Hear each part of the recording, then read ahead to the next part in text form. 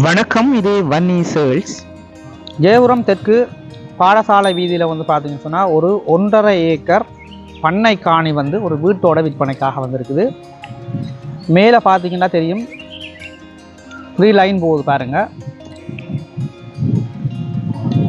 அதாவது வந்து இந்த காணியை வந்து நீங்கள் வந்து சோலார் திட்டத்துக்கு கூட பயன்படுத்தி கொள்ள முடியும்.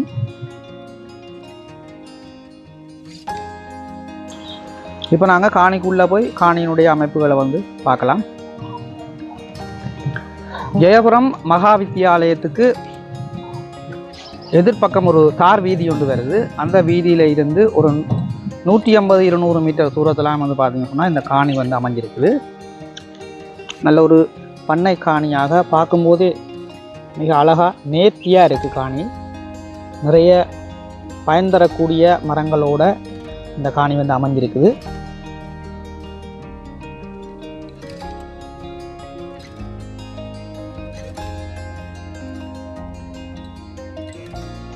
இது வந்து என்ன மாமரம்னு? தொம்தேசின்னு சொல்கிறது தம்பி, ஆஸ்திரேலியாவிலேருந்து வந்தது. தொம்தேசி மாமரம். இந்த மாமரங்கள் எல்லாம் நீங்கள் பார்க்குறது, இதனுடைய ஒரு காயை கிட்டத்தட்ட 1 கிலோ 3/4 கிலோ இருக்கும். 2 அறை ஹோல் கிச்சனோட வந்து ஒரு வீடும் வந்து விற்பனைக்காக இருக்குது. அதாவது இது வடக்கு வாசல் வீடு. முதல்ல நாங்கள் வீட்டினுடைய அமைப்பை பார்த்துட்டு பிறகு காணியை சுற்றி பார்க்கலாம்.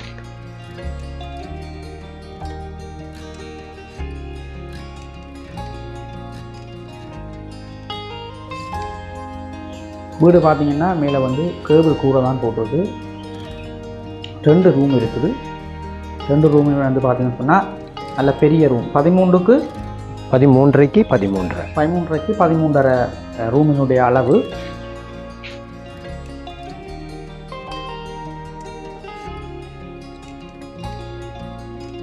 வீட்டு வேலையை கொஞ்சம் நீங்கள் வந்து செய்ய வேண்டி இருக்குது. மற்றபடி காணியினுடைய அமைப்பு வந்து மிக நேர்த்தியாக இருக்குது.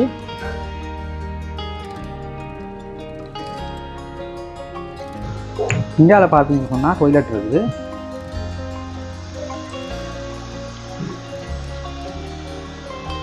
இந்தியாவில் குழாய் கிணறு இருக்குது. குளிக்கிறதுக்குரிய மாதிரியான அமைப்போட வந்து சுற்றி வர வந்து கட்டி நீட்டாக இருக்குது பாருங்கள். இது வந்து வாட்டர் டேங்க், தண்ணி தொட்டி. 6க்கு 8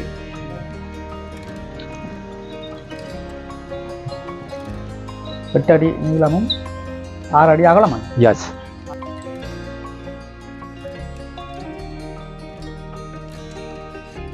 ஆஹா, காணியை பாருங்க எப்படி சோலையா இருக்குன்னு சொல்லி.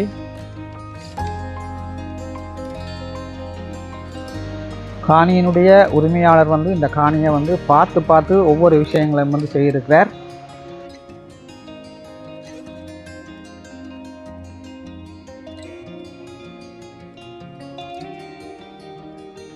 எண்பது தென்னம்புள்ளை இருக்குது. 40 கஜிமரம். கஜிமரம் வந்து பார்த்தீங்கன்னு சொன்னால் 40 கஜிமரம் வந்து இருக்குதான். 3 பிலா நிற்கிது.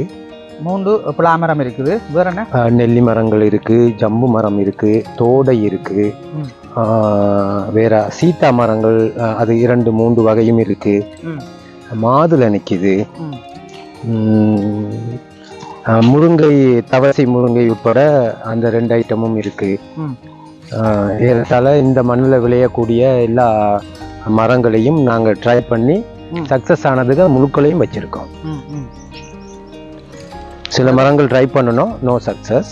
கிட்டத்தட்ட ஒரு ஃபார்ம் மாதிரி இருக்குண்ணா. இது ஆர்கானிக் ஃபார்ம். இது ஆர்கானிக் ஃபார்ம். இப்பயும் கூகுள் ரெஜிஸ்டர்ல இருக்கு. இப்பயும் வந்து கூகுள் ரெஜிஸ்டர்ல எப்படி இருக்குண்ணா? அது SAR organic form. SAR organic form அப்படின்னு சொல்லி கூகுளில் போய் நீங்கள் சர்ச் பண்ணீங்கன்னு சொன்னால் இந்த ஃபார்ம் வந்து இப்பயும் இருக்குது அப்படின்னு சொல்லி சொல்கிறேன். இப்போ கைவிடப்பட்ட நிலையில் நாங்கள் வேலை செய்யாமல் விட்டுருக்கோம். அதாவது ஆர்கானிக்கா. ஓகே. மொத்தம் சரியா 1.5 ஏக்கர் இருக்குல்லண்ணே? எஸ், சரியா 1.5 ஏக்கர் இருக்குது. முக்கியமாக வந்து இது ஒரு உறுதி காணி உண்டு. ஆவணங்கள் எல்லாம் வந்து நீட்டாக வச்சிருக்கிறாங்க. அந்த பக்கத்தால் யோசிக்க தேவையில்லை. அதெல்லாம் நீங்கள் வந்து பார்த்து அளந்து, இந்த காணியை வந்து நீங்கள் அளக்கணும்னு சொன்னால் அளந்து நீங்கள் வந்து ஆவணங்களை எல்லாம் பார்த்து எடுத்துக்கொள்ளலாம். யாழ்ப்பாண மண் மாதிரி தான், செம்பாட்டு தர என்ன? ஓ, செம்மண். செம்மண்ணா தான் இருக்கு பாருங்க.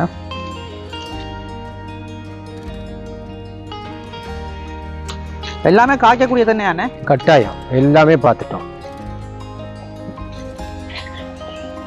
இது நாங்க என்ன சொல்றது, இந்த அரசாங்கத்தால தார தென்னைகளை நாங்க நடையில கிராஞ்சில நேரடியா போய் நாங்க நல்ல நாத்துகளை எங்களோட கூட்டாளிகள் தோழர்கள் மூலமா எடுத்து அங்கேயே நாத்துட்டு கொண்டு வந்து நட்டது.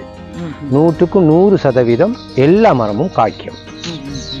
என்ற சில காணிகளில் அரசால வழங்கப்பட்ட சில மரங்கள் வந்து அந்த என்ன சொல்றது, அது வித்து சரியில்லாதனால இப்ப காய்க்கிறையில சூமின நிலையில மரமும் இருக்கு.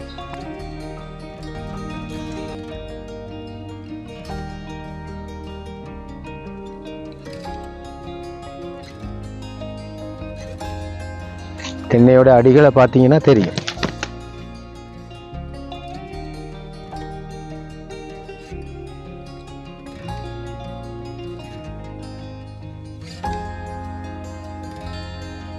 பாருங்க, தென்னை மரம் காய்ச்சிருக்க தென்னை மரத்தை உங்களுக்கு காட்டுறேன் பாருங்க. நல்ல காய்களோடு இருக்குது. பெரும்பாலான தென்னைகள் வந்து நல்ல காய்களோடு தான் இருக்குது. எல்லாம் கட்டை இனம், சின்ன சின்ன மரங்கள்லாம் என்ன.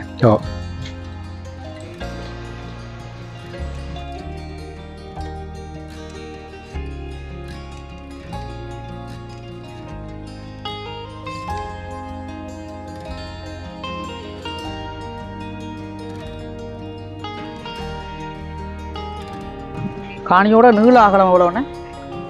215 அடி, 210 அடி அகலம், 315 அடி நீளம்.